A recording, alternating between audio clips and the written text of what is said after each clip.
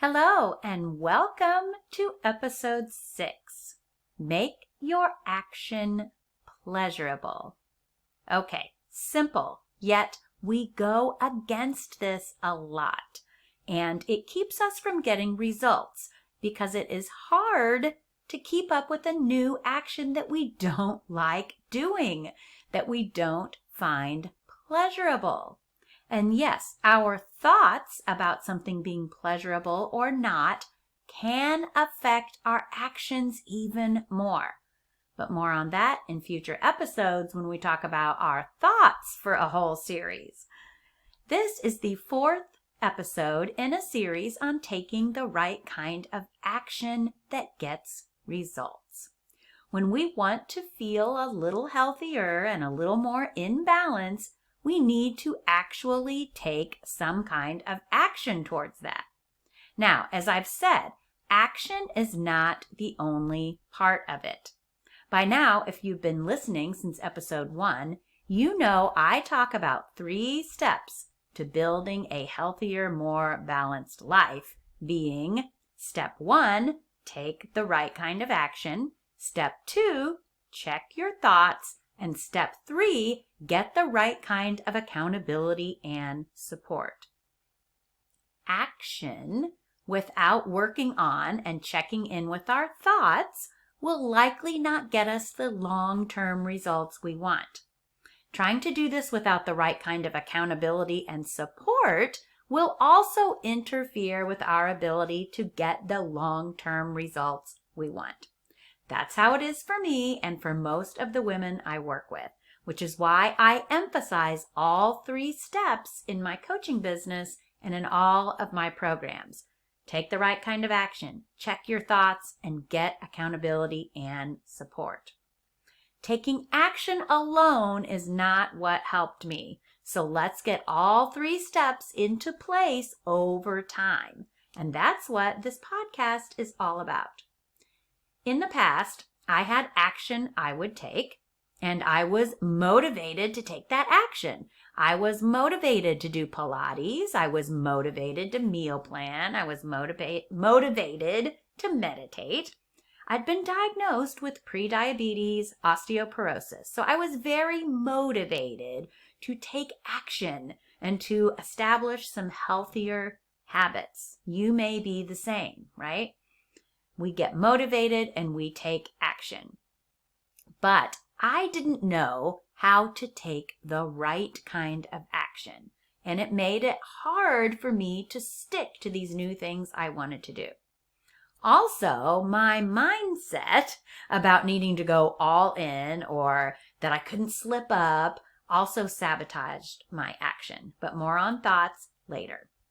I was going about taking the action toward the habits I wanted in the wrong way, and it's likely that you are as well.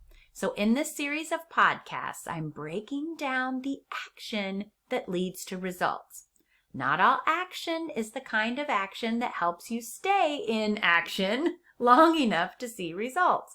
Not all action is created equal. If it were, then every action we ever started would have resulted in the habits we wanted. So I help my clients take that kind of action that leads to habits.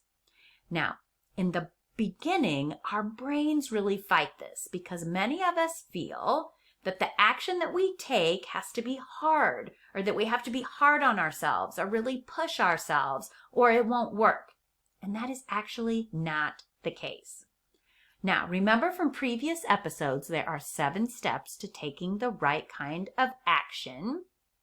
And in this episode, we're talking about step 4, which is make the action pleasurable for you.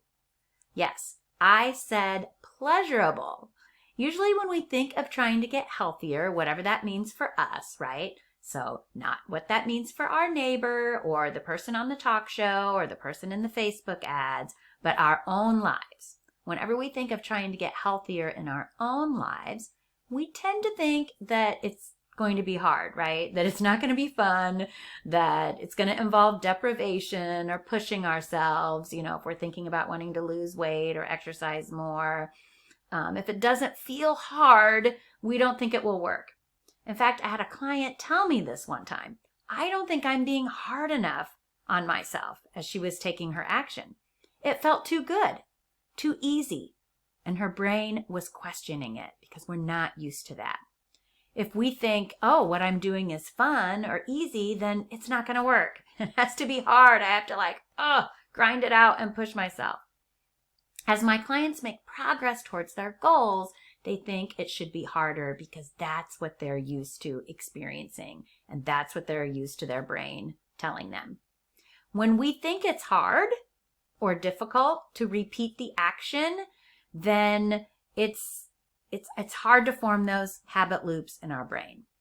We're much better off if we can make our actions pleasurable or associate pleasure with our actions. Now, let me share some examples. Zumba. So many years ago, I couldn't sleep at night and I got up and there was a Zumba infomercial on. And as a person who loves to dance, I was immediately drawn to this. Like, oh my gosh, I have to do this thing. So I bought the DVDs. I started doing Zumba. I loved it. And I thought, this is too much fun to do alone. I have to share this with people. I have to teach this. So I went off to Indiana and became a Zumba instructor. And I taught Zumba. It was so much fun. And I had a core group of women who were regulars. They formed a habit of getting up at 5:15 a.m. Yes, I said 5:15 a.m. 2 to 3 mornings a week and going to our local school gym to do Zumba with me. It was pleasurable for them. It was fun. And therefore they repeated the action. It also had some built-in accountability and support, as we're all familiar with group fitness classes, right? Like people are going to be there. They're going to know if I come or not. One person even said this was the only form of exercise that she had ever been able to stick with because it was pleasurable. Now, for the others who signed up and came a few times and didn't stick with it, maybe it wasn't pleasurable enough for them to get out of bed for it. No judgment on that, right? We need to find out what works for us. That's why I'm always saying I help my clients find out what works for them. We need to start out with actions that we find pleasurable. So just because I loved getting up at 5:15 and doing Zumba to start my day didn't mean that it was for everyone.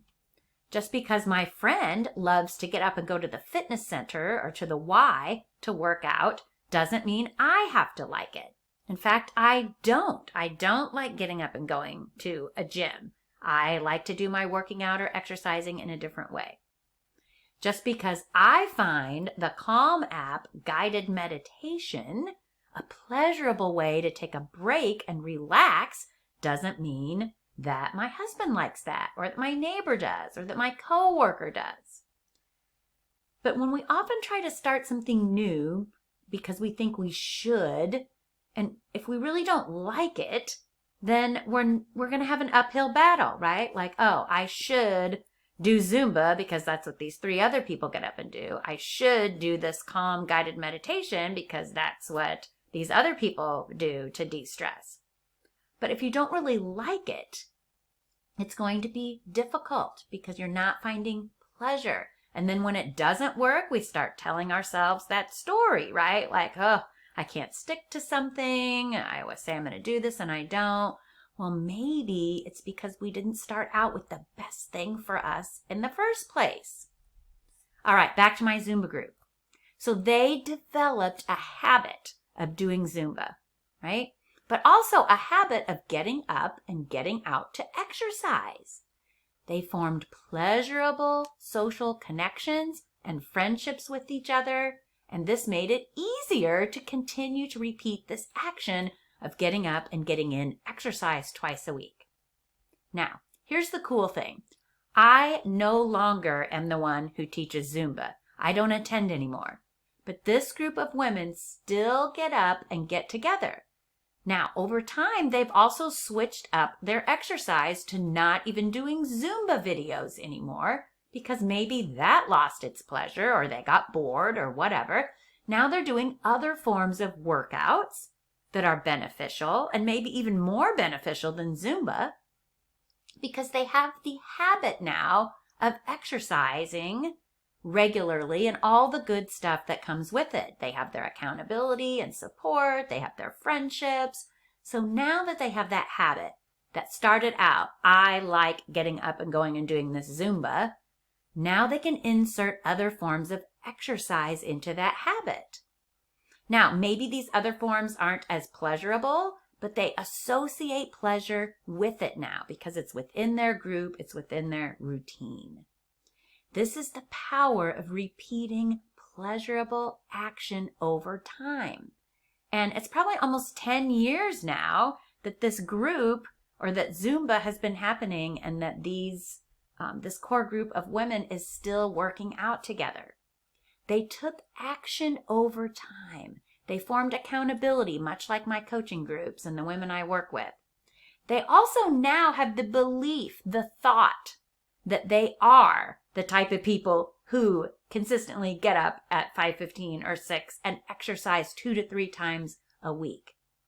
Now, that doesn't mean that they do it 100%. Maybe someone's gone for a week or someone's sick or, something comes up or COVID happened, but they still can shift back into that habit. It's something pleasurable that they were able to maintain over time. Think about the things that you enjoy doing that are pleasurable. It's easier to repeat them, right? Until they are merely just unconscious habits.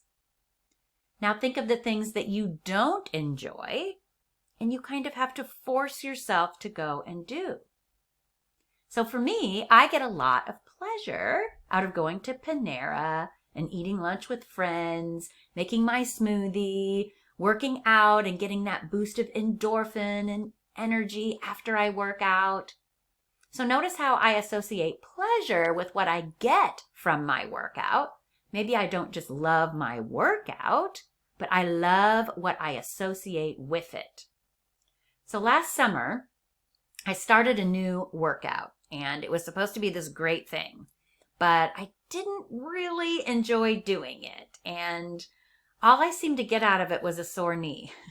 But I kept pushing myself.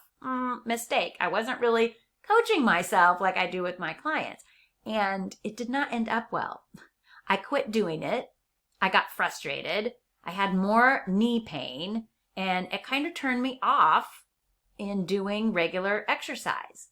I had purchased this program, but I didn't really enjoy it. The guy was talking throughout the workout and I like to listen to music without people talking when I'm working out. Hence the Zumba, right? So I just kind of dropped it. Now I've started a new workout. It's the same type as the one I bought last summer, but this person doesn't talk throughout it. It doesn't have as many squats, and I am coaching myself through it the right way, and it is pleasurable, and it's something that I will be able to stick with longer, and then I will get back to having my habit of working out 3 or 4 times a week in the morning. Last year, I also bought the Apple Fitness, and it was the same thing. I ended up not really liking it, so I didn't stick with it. So rather than just turning down that whole, I can't really get up and exercise consistently 3 to 4 times a week before work, I'm getting curious and stepping back and finding the type of workout that's going to be pleasurable for me so that I can keep it up long enough to build that habit back in of working out in the morning. In the beginning, this new thing we're doing has to be pleasurable for you, or you have to associate pleasure with doing it. So when I eat more slowly and take bites and actually take a breath after I take a bite and put my fork down, I don't feel as bloated after a meal, and I can associate pleasure with the activity of eating slower then, and it's easier to repeat it. When I go to bed early, while that in itself may not be pleasurable, I can associate pleasure with it by associating that great feeling I get when I wake up from a good night's sleep and what going to bed early will do for me and how it will make me feel the next day. And that pleasure helps me pull myself away from my Netflix show, which is also very pleasurable, and get to bed on time. When I associate that pleasure with getting to bed on time, it's easier to repeat getting to bed on time. So associating this pleasure with an activity is kind of like doing a mental rehearsal, which we'll talk about in future episodes. But imagining and picturing the pleasure that we're going to get, the positive effects from that activity. So hopefully it becomes a habit for you to listen to this podcast every week because it's pleasurable. You're getting value out of it and you seek it out and it becomes more automatic. So when we think of the things that do not bring us pleasure, it's harder to repeat them. So for me, it does not bring me pleasure to ride in an airplane. It's quite the opposite. So when I get on a plane, I need to associate some kind of pleasure with it. Pleasure about the destination to where I'm going. And for me, actually, I need a little bit more than that. I need some heavy duty medication or meditation, but that's another story. Going to the dentist in and of itself does not bring me pleasure. So it's harder to repeat that unless I think of the pleasure the positive effects will give me and my teeth. So this is nothing new, right? The delayed gratification. As adults, we learn this. I don't necessarily enjoy doing my osteoporosis exercises, but avoiding walking with a walker appeals to me. Feeling strong appeals to me. Being able to stay active appeals to me. So I associate the pleasure of all of that with doing my osteoporosis exercise. It's easier to repeat what is pleasurable. So make your action steps pleasurable. Make your goals work for you. Associate it with pleasure. Take the time to discover what is pleasurable for you. Now, think about your own life, right? What would help you feel a little healthier and a little more in balance? What action, if you repeated it, would get you one step closer to your desired result? And what is a pleasurable step you can take to get there? When I'm on a coaching call with a client and we're getting ready to end the call, my client is setting their action step or action steps for the week. What sounds good to them? What can they pleasurably commit to? And sometimes it's about taking the time to actually figure out what is pleasurable for them. What workout sounds pleasurable? What meditation sounds pleasurable? What hobby sounds pleasurable? What things do they enjoy? What kind of exercises do they like? What kinds of foods do they like to eat? What is something pleasurable they can do? Or how can we associate pleasure with that activity? Now, let me be honest here. I really do not enjoy meal planning. And I'm working on telling myself a different story about that, which is more in our next series on our thoughts. But I need to make meal planning pleasurable for me. So how can I do that? Well, I love music. So I will play music in the background while I meal plan. I think about how great it feels when I actually have my meals planned out and ready to go for the week, and how that saves me money from just not going out on a whim for lunch, how my meal planning allows me to get foods that give me energy, and when I have more energy, I feel better and I can do more in my day. So I associate the meal planning with all of the pleasure that it's going to give me, and then it's easier to repeat my action of meal planning. Remember my Zumba group? They do all kinds of exercise now because they have the habit built in that they exercise 3 to 4 times a week. And I like to think that doing Zumba, because it was so much fun and pleasurable, is what helped them form that habit of that exercise. And then they form those friendships around it, which is pleasurable. So maybe what draws them to go work out is that they're going to see their friends and associating that with pleasure. So when it's, I don't even know what time they go. It used to be 5:15, maybe it's 6. So when that alarm goes off and it's, Central Illinois and it's cold and maybe, whatever quote exercise they're going to do that day might not be, pleasurable enough to get out of bed, knowing that their friends are going to be there and they're going to have that friendship, that is pleasurable. So they associate that activity with it. It's easier to repeat things that are pleasurable. And this is one of the 7 steps to taking the right kind of action. Remember, those 7 steps are: number 1, set specific instructions. Number 2, start small and break down your goals. Number 3, keep track. Number 4, make your goals work for you. Make them pleasurable. Number 5, set up accountability to others and then to yourself. Number 6, forgive yourself. And number 7, celebrate your wins and be grateful. I'm devoting one whole episode on each of these 7 steps. And taking the right kind of action is one of the 3 steps to building a healthier, more balanced life. If this sounds like a lot of steps, no worries. Just keep listening to the podcast and taking those tiny steps. When you're ready to take steps in your own life, I am here to help you. You don't have to try to get all this figured out on your own. Check out the link in the show notes or go to my website, coachingcanhelp.com.